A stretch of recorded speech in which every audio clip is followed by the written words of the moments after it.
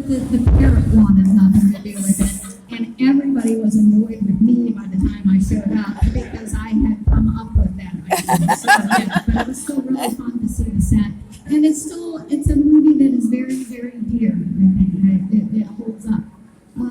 Okay, right here, yes.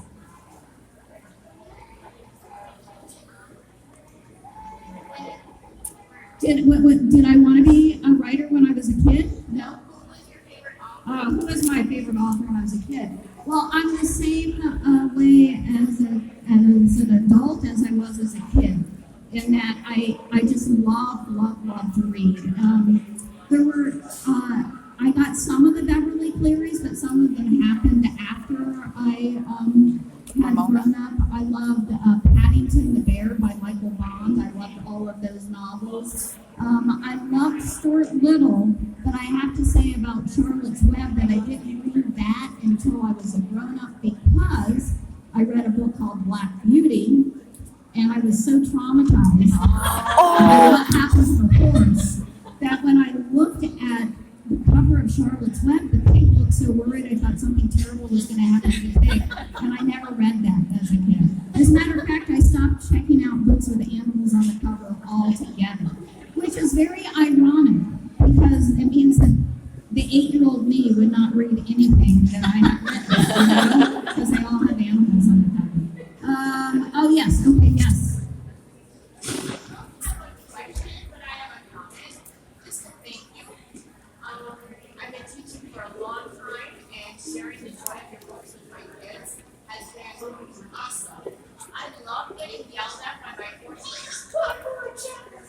I was going to ask you, what is a fourth grade teacher who, and let's just take a pause here for a minute. How many teachers out there? Beautiful. How many of you teachers read out loud? Can we have a round of applause for that? Yeah, thank you. It is everything. I think about how I grew up in a house where my mom read to me, took me to the library, bought me books. And still, I remember second grade Mrs. Boyette every day after lunch read aloud to us from a novel. I lived for that. So for the kids that aren't getting it anyplace else, I really think that you're changing lives and you're saving lives. Yeah. Oh, well, you have a question? And I wish you wouldn't quit. Don't quit. Yeah. Thank you. Thank you. Right there, please.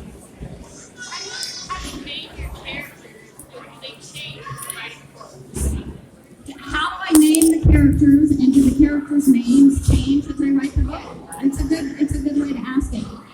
Everything about writing is hard for me, except for naming the characters. Those names arrive easily and very well, they do not change as I write, unless my editor says it has to change.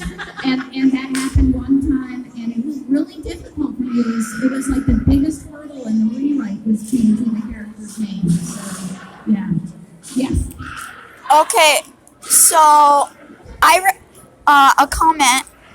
So as the thing you were saying about the horse thing, I remember when I was younger and my parents wanting me to read these horse books, but I'd already read one, and all of the horses end up dying in all of them. So it's like, no, I'm not going to read another. And another thing is that Her parents had to read a horse book, and all the horses end up dying. She's like, I'm done with horse books. Yeah, I get it. Yes, okay. And the other thing is that in the Flora and Ulysses book, I used to listen to that on repeat on audiobook like all the time when I was younger. And there'd always be this one part where it was like the boy kept calling out this girl's name for like 5 minutes or something. And it would annoy my parents so much, but I listened to it anyway. And also she listened to Flora and Ulysses all the time. Thanks for joining me on the bus, by the way. She was going to sleep, yes. That one, that's a book about a squirrel who gets sucked up into a vacuum cleaner and is turned into a superhero. It's a true story. So, it's a good one to listen to and go to sleep. Okay, yes. So the events in your book are often really unpredictable or unexpected. Is that something that you're conscious of when you're writing, or is it just kind of come naturally? Yeah, so the events in my story are unpredictable and unexpected. And is that something that I'm conscious of? No.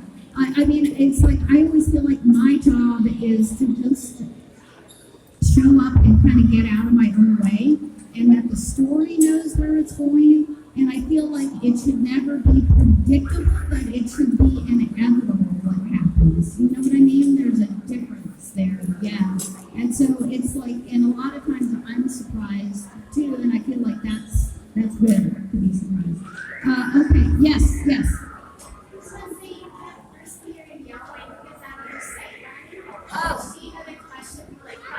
Okay, thank you very much. Yes, okay. What inspired me to write Flora and Ulysses? The true story about the squirrel. This is a long answer, so I'll try to make it quick. My mother passed away in 2009, and in the last year of her life, she would turn to me sometimes and say, "What's going to happen to the vacuum cleaner when you're gone?"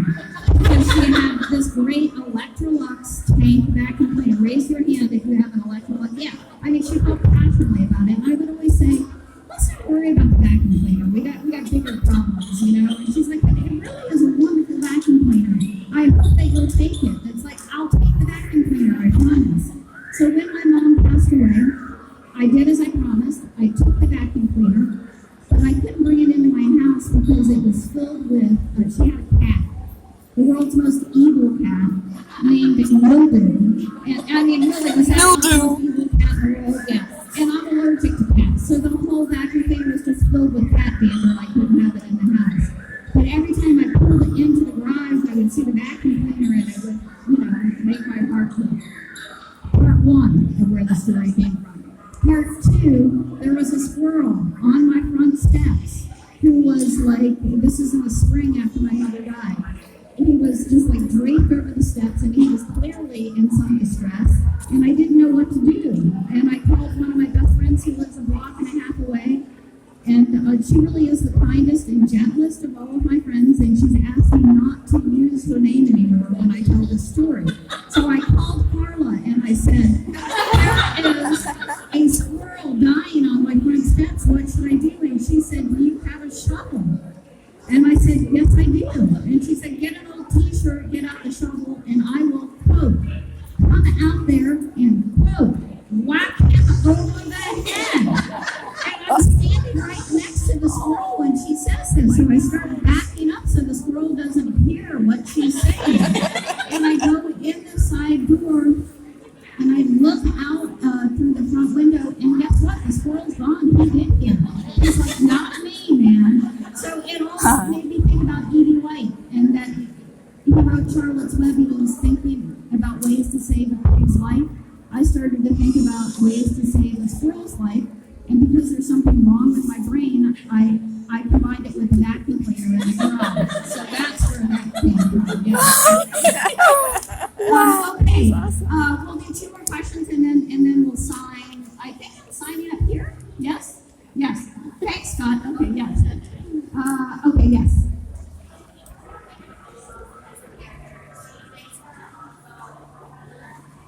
India Oklahoma. When I was, did I base that character off of how I was as a kid?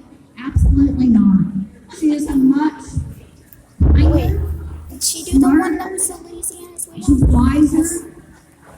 It's like, because when Dixie's in first person, a lot of times people think that is me. No, but I learned a lot by spending time with that fictional kid. She made me a better person, that 10-year-old. Yeah. Okay, last question. Are you up to it? Last question? Yeah, okay, all right. Am I working on any books right now? Yes, I am. And if you followed me out to the parking lot afterwards and threatened me with physical violence, I would not tell you what the book is about.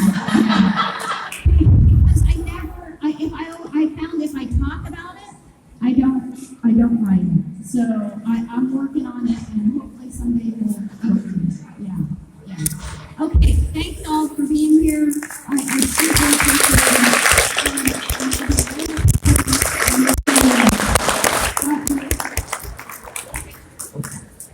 All right, let's Let's give another round of applause for Katie.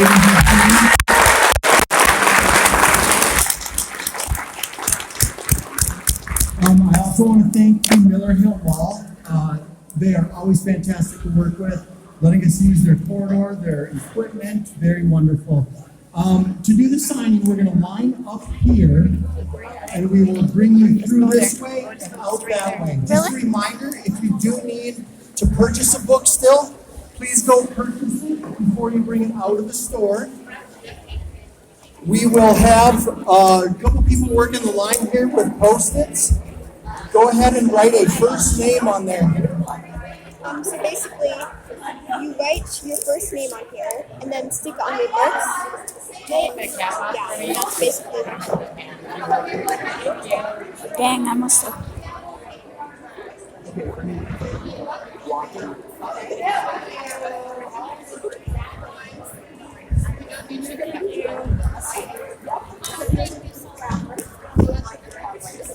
And I have, do I just do it for both of them? Do I do a separate one? I think you just do one and then stick it on the top row. Okay. Are you ready, hon? Here. That's it back. Okay, are you ready? Okay, keep working through the line. Hey, you gotta keep working through it, girls. Let's go. And then she's gonna sign yours. This one's already, I think Dicamillo, right? Yes. Thank you so much. Yeah. I love your books. No, I'll use it to copy. Yeah. And then we'll get rid of them.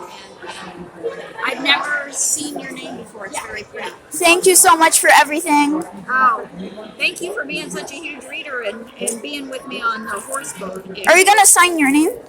I am. That's actually that right there. Yay! Oh, yeah. So come on around. Yay! Thank you. Go on behind there. Okay. Look like you like your. You don't have to. All right. Thank you so much. Thank you. Thanks for Your being books are great. Thank you so much for everything and being so inspiring. Have a great day. Thank you for coming. Thank you. Yay, so that was Kate Dicamillo in real life. That was so great. Look at how big the line is. I was the first one in the line. That was so great. That was the best thing ever. I can't believe I actually got to see her in real life, guys.